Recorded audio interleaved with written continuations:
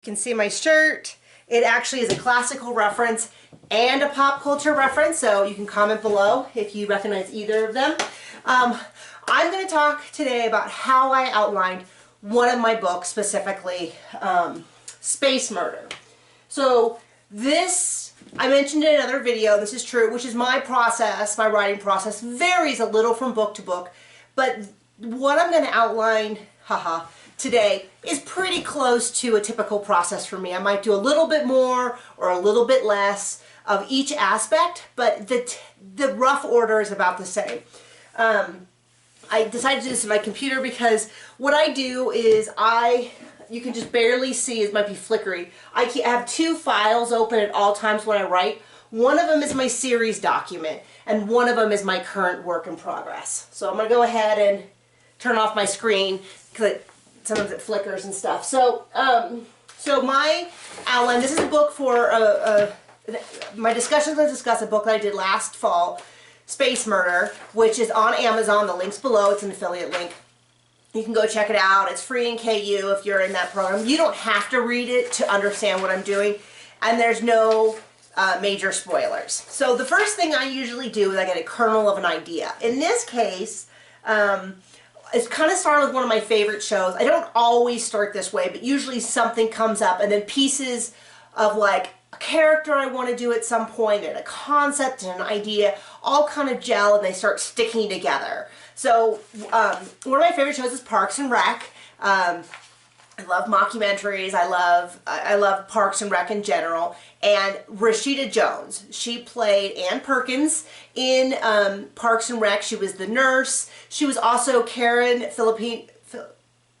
oh no, I can't think of her, how you pronounce her last name. In The Office, she played Jim's girlfriend in season 3 when he moved away from the Scranton branch. She also had her own show called Angie Tribeca or something. I've always thought she's unbelievably beautiful. I've always felt like she was someone, you know how you see a celebrity and you think, yeah, I would totally be best friends with them. If I met them, I would totally be best friends with them. And I think she's just beautiful. And so I kind of had this idea that I would like her to be a main character in one of my books someday.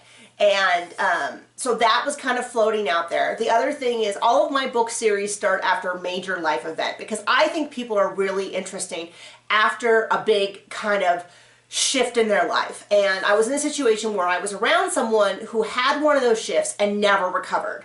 I'll say a failure in the sense that life didn't turn out the way that they had. And so this concept of who are you after a failure?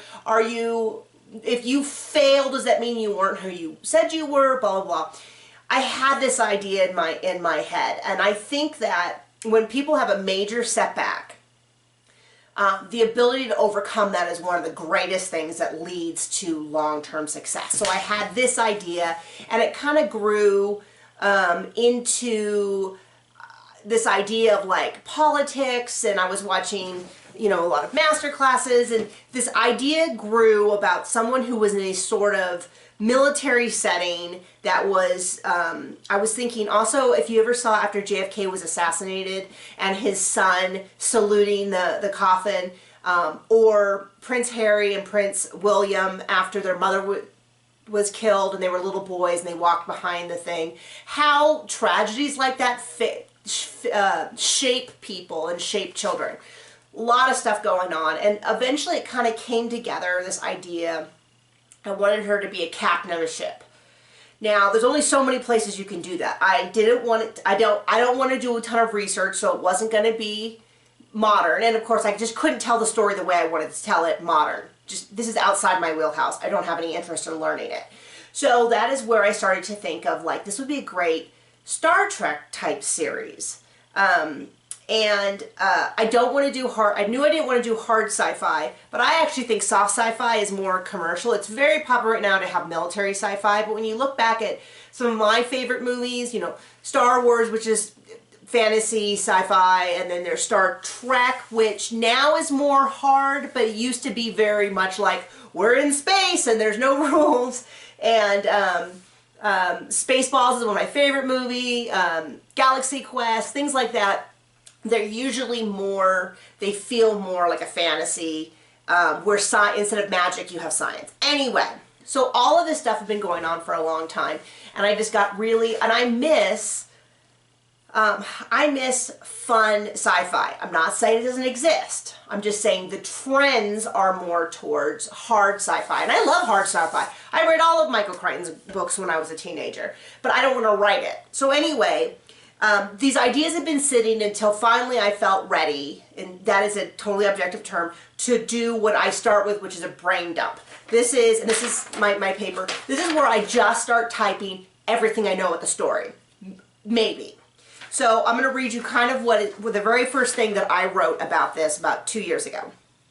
So basically a cozy Star Trek. Funny, light tone, maybe a romantic subplot, maybe, question mark, eventually. I don't think it pops up in book 1 beyond seeing the ex-boyfriend, and maybe not even him. There'll be murders. I have a whole backstory about a female lead captain. She was a star student, had famous parents, all set to take the helm of the biggest and best vessel, but in her senior year of graduate flight school, so she would go once, she would serve, and then she'd go back to senior flight school. I actually had a friend on my Facebook who was in the military and went to senior flight school in like her 30s. So she's a little bit older. Her senior year of graduate flight school, some big scandal occurred, and she got taken down in the process. It wasn't really fair, but the new government administration took over. They pushed her aside. She ends up captaining the slowest cargo vessel in the fleet. She's a ragtag group, and they shuttle around supplies and creatures that can't afford and don't want to take faster transport. An alien is killed on board, and she can't prove... And if she can't prove that she and her crew are innocent, they'll get in trouble. Not only would her career be over, but so might all the lives, and possibly even a war erupt.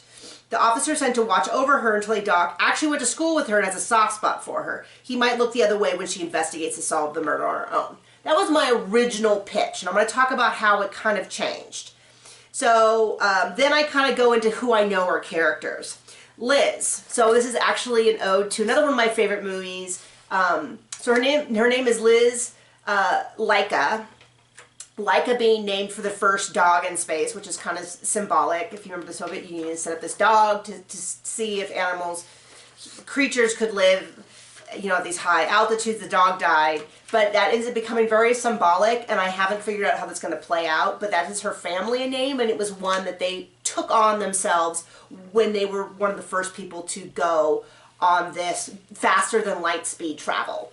And so it's very symbolic. I'm actually getting a little choked up.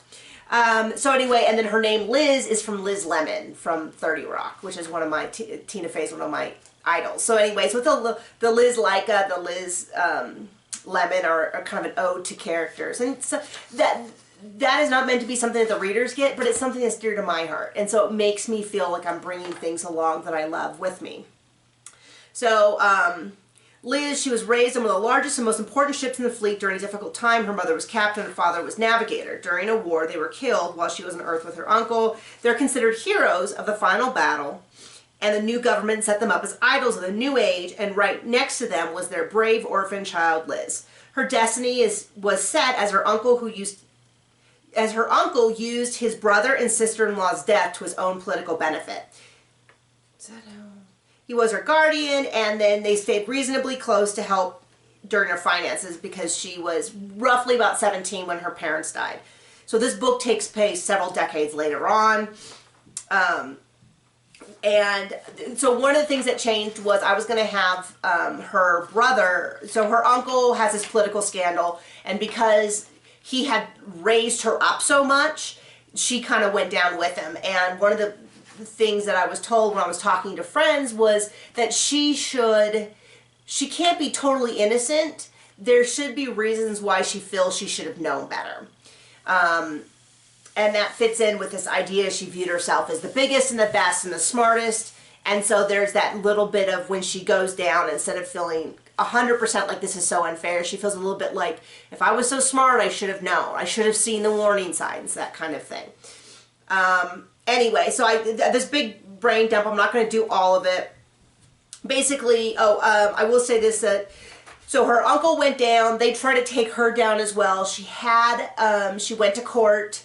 She was found legally innocent, but she feels that everyone thinks that she's guilty. She graduated from flight school. She technically graduated, but they gave her the worst posting. So she has this dream of where she was supposed to be, and she is not there. Okay. Then a little bit about the ex-boyfriend. I wasn't sure what I wanted to do with him. But he ends up being the investigator for this. So I'll go ahead, another one, Raph, which is short for Raphael, which is a character I saw on like Love and Hip Hop Atlanta or something. I thought, oh, that's kind of a cool name. He has darker skin. He's very handsome. He's a partier. He's her navigator. So, and I have navigators kind of set up almost like they're playing a musical instrument. You can have great hand-eye coordination, these long fingers. And I actually ended up, because of that, giving him a music background, an arts background, and then he was sort of a prodigy in that. And he plays fast and loose with the rules and protocol. He's not beyond breaking the law for just cause or his own benefit, but not in a way that would hurt others or endanger his crew. He's got a really good gut. He works hard. He plays harder. Was about to be dishonorably discharged when he landed on Liz's crew.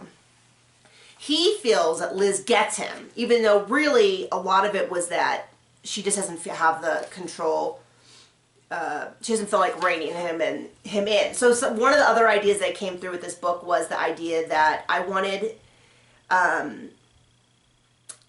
to show how sometimes backing off and not doing everything perfect is actually more beneficial. So in this idea, if she had finished on her road without having any setbacks, she might have been a really bad captain. She might have micromanaged everyone. But because she comes to this and she's a little burnt out, and you'll see this, I think Fireflies has a little bit of this where it's a little bit of like everybody gets a little space to do their own thing. So anyway, and I ended up reworking him a lot. I added in the music background later on because originally he was going to be street smart, and then I was like, that's just a stereotypical view, and I don't like it, and can I have a more interesting, varied background?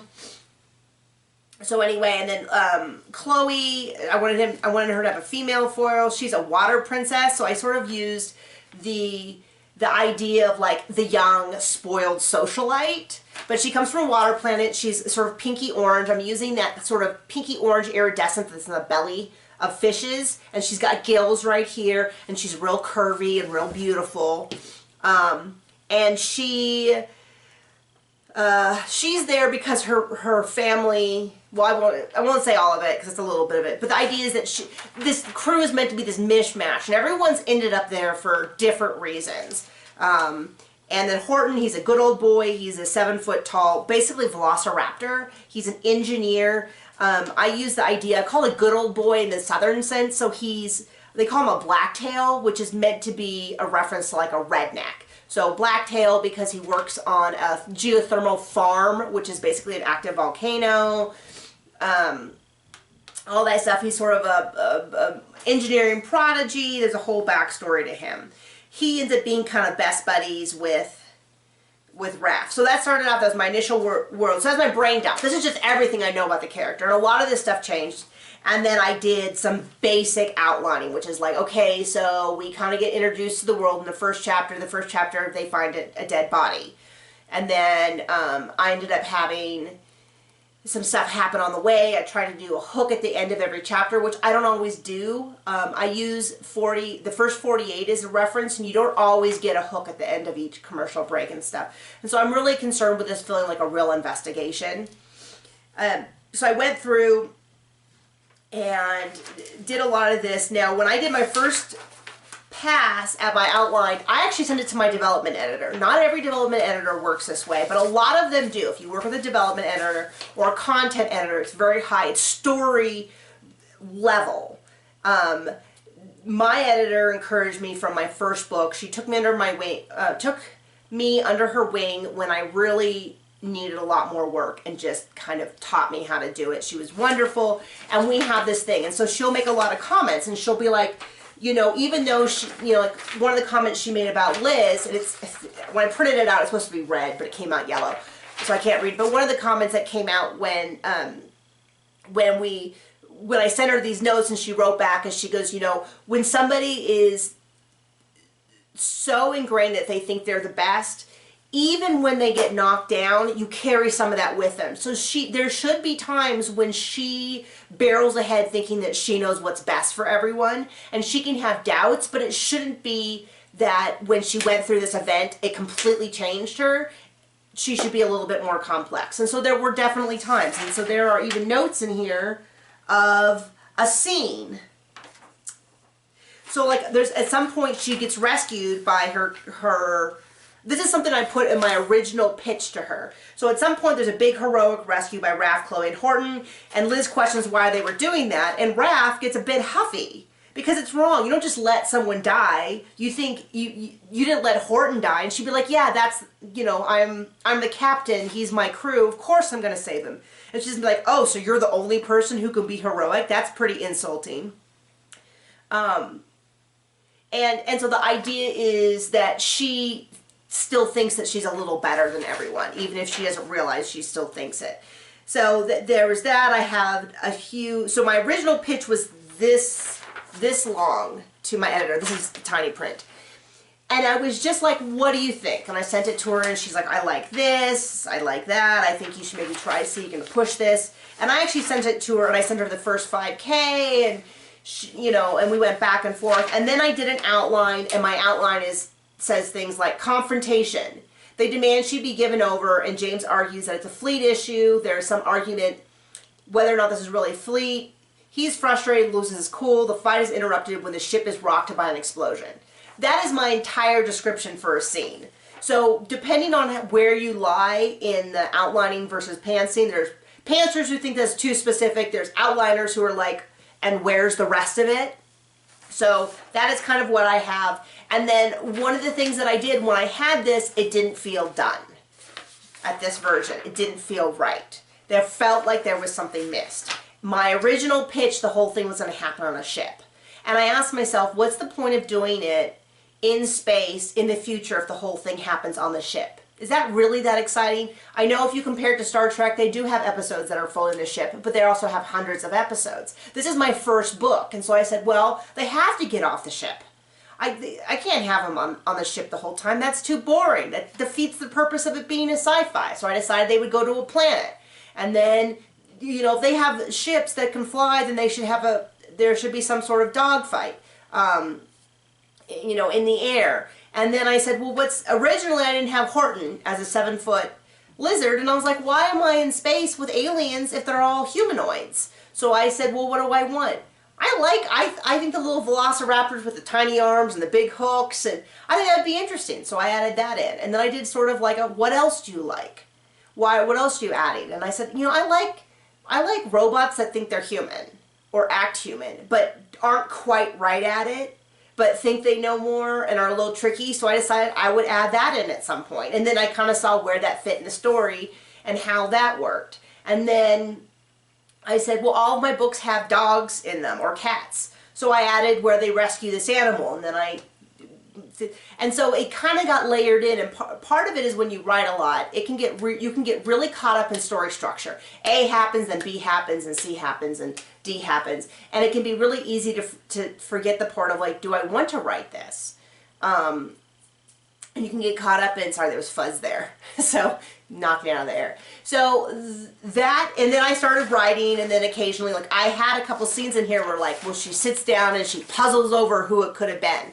And when I got to those scenes, I was like, I don't want to write them. Do I need to write them? And I'm like, no, maybe I'll blow something up, or I'll get attacked. Maybe we don't have that. People are still wondering. I don't need to tell them that they're still wondering. And so I ended up going with that. So that is very messy and very confusing, and it might not be helpful, and I'm not saying you should do it this way, but that is my process. And one of my favorite things to hear is how other people, what their process is like. So I thought, well, I'll share mine. So if you have any questions, if this leads you to ask, well, why do I do this or why do I do that?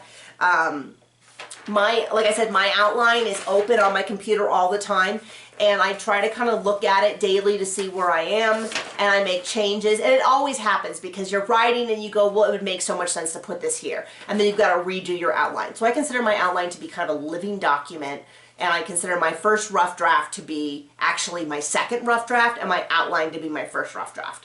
So if you have any questions, comments, you find this helpful, you don't find this helpful, I don't know. Just hit me up. Thanks.